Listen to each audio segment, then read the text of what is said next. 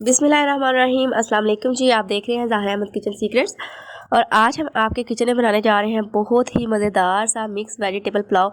यकीन माने इससे मज़ेदार पुलाव आपने आज तक ना बनाया होगा ना खाया होगा।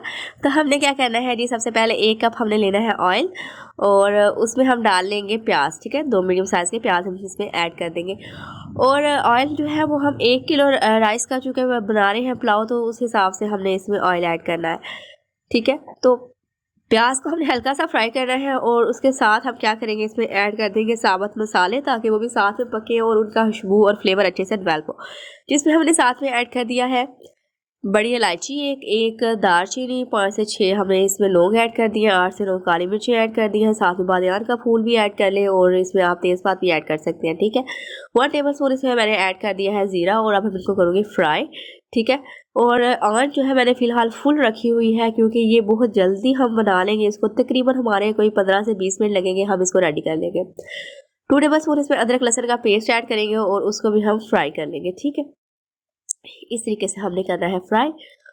और ये देखिए जी, अब हम क्या करेंगे, जैसे ही ये फ्राई होगा हम इसमें ऐड कर देंगे नमक ऐड कर देंगे। ठीक है, नमक हमने जो है इसी स्टेज पे इसलिए ऐड करना है कि ये मसाले जो है हमारे अच्छे से टेंडर हो जाए और तमाम मसालों में जो है वो सब्जियों में नमक अच्छे से डेवलप हो जाए। 4.5 चम्मच मैंने इसमें ऐड किया है। जो मैं सब्जियां इसमें ऐड कर रही हूँ 1 किलो चावल के हिसाब से। ठीक है, थोड़ा सा हम इसको फ्राई करेंगे और साथ में हम इसमें ऐड कर देंगे मटर। ठीक है, कुछ लोग होते हैं मटर उबाल के ऐड करते हैं, तो कभी भी ऐसा मत कीजिए क्योंकि उससे क्या होता है कि जो इसका फ्लेवर होता है ना मटर का, वो ख़त्म हो जाता है और उसकी ग़िज़ाइयत ख़त्म हो जाती है। वो टेस्ट आपको नहीं आता उबले हुए मटर का जब आप इसमें डाल के पकाते हैं, जो उससे आता है। ठीक है, तो आधा किलो मैंने मटर लिए थे, उससे जितने मटर निकले वो मैंने ऐड कर दिए हैं। 3 आलू मीडियम साइज़ के लेके उनको छील के इस तरह क्यूब्स में काट लिया। आप किसी भी शेप में काट सकते हैं, कोई लोग इसको फिंगर चिप्स शेप में काट के ऐड करना पसंद करते हैं। तो जैसे भी आपने शेप रखना है, आपने पे डिपेंड करता है, आप उस शेप में इसको काट लें। ठीक है, अब हमने जो है इनको करना है अच्छे से फ्राई क्योंकि ये दोनों सब्जियां जो है ना ये टेंडर होने में काफ़ी टाइम लेती हैं, इसलिए हम इसको पहले ऐड करके अच्छे से गला लेंगे। बाकी सब्जियां जो है वो बहुत जल्दी से पक जाती हैं, गल जाती हैं। तो 1 कप हमने क्या करना है, इसमें पानी ऐड करना है और जो है इसको हमने अब कवर करके रख देंगे जल्दी से। तकरीबन 3 से 4 मिनट लेंगे, ये बहुत अच्छे से टेंडर हो जाएंगे। ठीक है, तो इसको मैं अभी कवर कर दूंगी 3 से 4 मिनट के लिए। अच्छा जी, तो ये देखिए जी बहुत अच्छे से गल चुके हैं। अब हम इसमें ऐड कर देंगे टमाटर। ठीक है, 1 टमाटर मैंने ऐड कर दिया है स्लाइसेस में काट के। साथ हम इसमें ऐड कर देंगे गरम मसाला 1 टीस्पून, 2 टेबल स्पून इसमें ऐड कर दूंगी बिरयानी मसाला। ठीक है, जो इसको बहुत डिफरेंट टेस्ट और बहुत यूनिक और आला टेस्ट देगा। ठीक है, 2 टेबल स्पून इसमें हम बिरयानी मसाला ऐड कर देंगे और ये मसाला जलना जाए जल्द से मैं इसको एक दफ़ा हिला लूँ इस तरीके से। ठीक है, यानी कि इसकी हमने ना अच्छे से भुनाई कर लेनी है मसालों के साथ और टमाटर के साथ सब्जियों की। अब जो है इसमें मैं ऐड कर दूंगी साथ ही में 1 चम्मच, इसमें 1 टीस्पून ऐड कर दूंगी काली मिर्च का। ठीक है, आपने जितना स्पाइसी इसको बनाना है ना, आप उस हिसाब से इसमें बिरयानी मसाला ऐड कर लें, उसी हिसाब से आप इसमें काली मिर्चें ऐड कर लें। ठीक है, तो ये जो इसका जो टेस्ट था ना, ये ज़्यादा स्पाइसी भी नहीं थे और बस ठीक था, यानी कि बच्चे इसको खा सकते थे। अगर आपके बच्चों ने खाना है तो आप इतना ही स्पाइसी रखिएगा, ज़्यादा स्पाइसी मत कीजिएगा।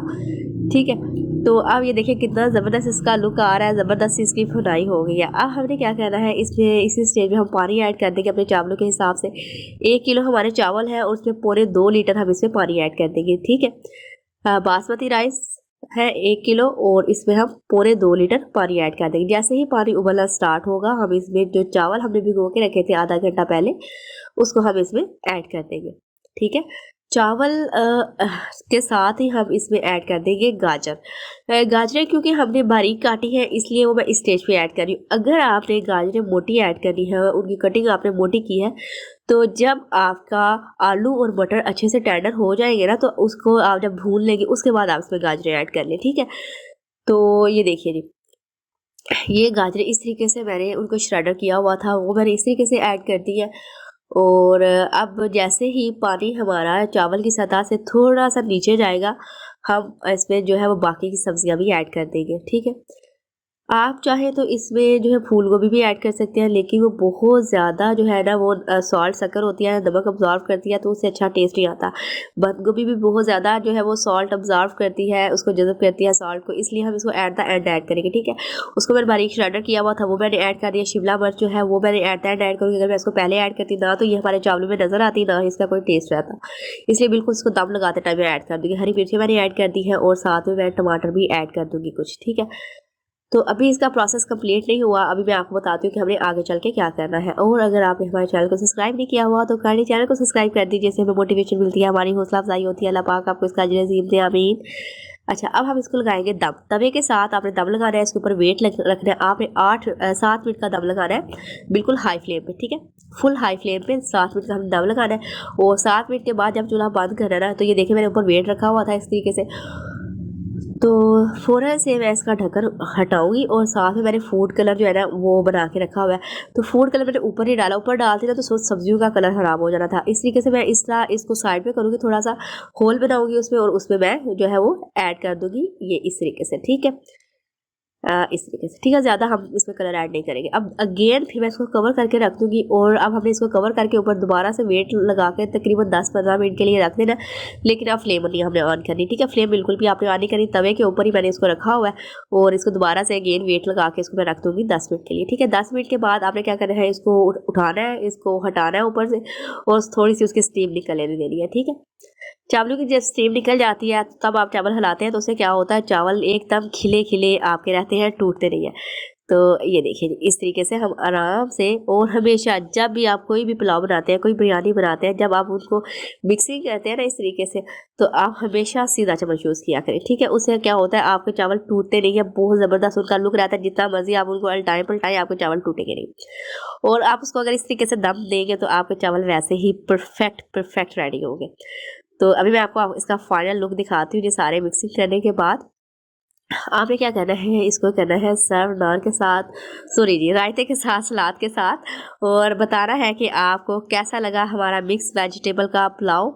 वीडियो अच्छी लगे तो जल्दी से लाइक कीजिए, चैनल को सब्सक्राइब नहीं किया हुआ तो सब्सक्राइब कर दीजिए, फ्रेंड्स एंड फैमिली के साथ शेयर कीजिए। इंशाल्लाह नेक्स्ट वीडियो में हाजिर होगी एक नई रेसिपी के साथ। तब तक रखिएगा अपना और अपने प्यारों का ढेर सारा ख्याल, और मुझे रखिएगा। तो हम याद, अल्लाह हाफिज़।